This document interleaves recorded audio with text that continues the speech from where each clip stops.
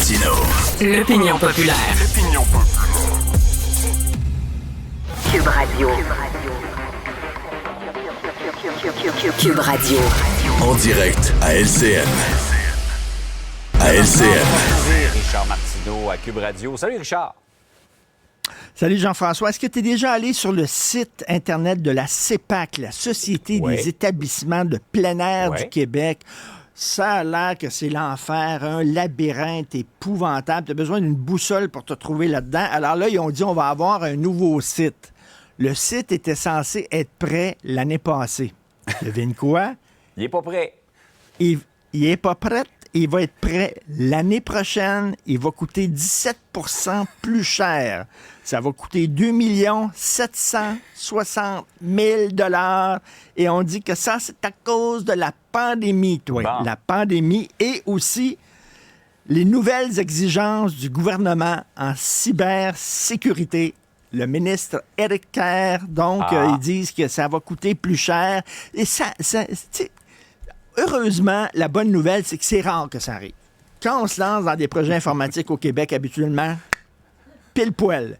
On arrive bing dessus. Ouais. Mais là, malheureusement, celui-là, il va dépasser au point de vue budget et au point de vue échéancier. On tombe en bas de notre chaise. Une fois de temps en temps. Ben oui. Ben Les oui, choses arrivent. totalement. Et attends une minute. Je lis la nouvelle. La Société d'État travaille pour régler ce problème. Ils ont mis une équipe là-dessus. C'est ma devise. Qui nous ramène On met une ton équipe célèbre là-dessus. dicton. Voilà.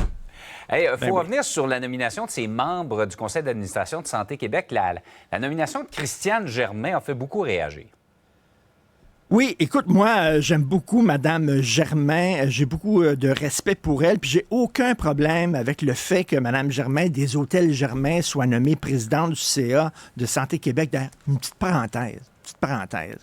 La première nuit que j'ai passée avec ma douce, ça fait 21 ans que je suis avec elle. Ça se raconte La à la première radio, nuit, j'ai là? passé. À la télé? Ben oui, c'était à l'Hôtel Germain de Québec, un de mes hôtels préférés. Sais-tu Là. quoi? Puis écoute, j'ai tellement... travaillé là comme chasseur. Quoi? Pas vrai. À l'Hôtel Germain. Oui, oui. Écoute, c'est un hôtel formidable. Et j'ai tellement aimé le lit de l'hôtel que je l'ai acheté. Pas de farce. Ah oui? J'ai acheté le lit de l'Hôtel Germain. Je dors dans un lit de l'Hôtel Germain. Je sais pas pourquoi j'ai acheté le lit, parce qu'on n'avait pas beaucoup dormi. En tout cas, bref, je m'égare. OK, non, Je c'est beau. m'égare, C'est je beau. ferme la parenthèse et C'est bref. Donc, Madame Germain, moi, c'est la raison pour laquelle on est allé la chercher. Moi, c'est ça qui me fait sourire. Plutôt que de dire c'est une excellente gestionnaire. On est allé la chercher, j'aurais dit, OK, parfait, on va juger l'arbre à ses fruits, aucun problème. Non, ils ont dit, c'est parce qu'on veut implanter l'approche client dans les hôpitaux. Ouais. Tu sais, on veut que les gens se sentent à l'hôtel, fait qu'on est allé chercher une propriétaire d'hôtel. Ça, c'est comme, on veut que les clients se sentent chez eux, donc on est allé chercher le gars de proprio au Québec. Comprends-tu? On veut que les patients des hôtels soient traités aux petits oignons, donc on est allé chercher Ricardo. Comprends-tu? Alors...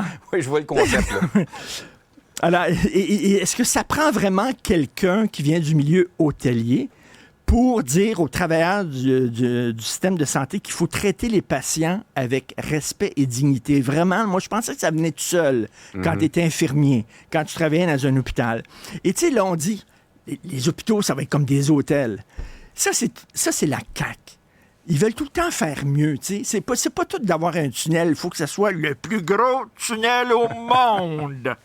Et c'est pas tout de rénover les écoles, là. Non, faut que ça soit les lab-écoles, les plus belles écoles au monde. Et là, on veut que les hôpitaux soient des hôtels. Monsieur Dubé, on sait que ce ne sera pas des hôtels. On va manger de la chenoute, puis les murs vont être en jaune cacadois. Il n'y a pas de problème. Tout ce qu'on veut, on peut-tu rentrer dedans? On peut-tu rien que rentrer dans les hôpitaux? Ouais. C'est tout. OK, c'est tout ce qu'on... On veut pas un hôtel. On sait la différence entre un hôtel et un hôpital. On veut rien que pas dormir pendant 2 semaines dans le corridor. C'est ça. tout. On peut rien qu'avoir accès à un médecin de famille. C'est tout. Le Exact. restant, on ne demande pas à aller à l'hôtel. Il y a l'hôtel Germain, si je veux. Ouais. Tu sais. En tout cas, bref. On ne veut c'est pas tout un le service de temps. Il y a valet plus. ou des chasseurs pour amener nos bagages jusqu'à notre chambre. On demande juste d'être traité. Ben, c'est ça. Un chasseur, tu sais, qui sera plus tard, écoute, un lecteur émérite de nouvelles, un animateur émérite, on ne sait jamais. Mais oui. non, on veut rien qu'un hôpital, c'est Ben tout. oui. Absolument. Hey, Richard, tu voulais revenir sur ce sujet. On vient d'en parler avec le bureau d'enquête, le fameux dossier sur les trappes à tickets, les pièges à contravention à Montréal et à Québec. T'es jeune.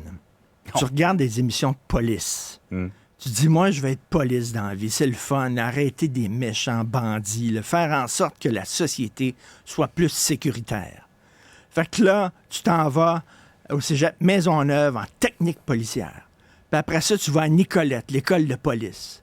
Puis là, tu apprends toutes les techniques d'enquête, puis la filature, puis les écoutes électroniques, puis tout ça, puis l'utilisation des revolvers, puis tu apprends tout ça. Tu es nommé policier. Et là, ta journée de ta graduation, ton père est fier de toi, ta mère pleure, t'es police. Là, tu arrives la première journée au poste, puis ils te disent, toi, tu vas aller en dessous d'un viaduc, sur l'autoroute Bonaventure, puis tu vas donner une étiquette. Fait que là, tu passes la journée avec un gun électronique à regarder la vitesse des...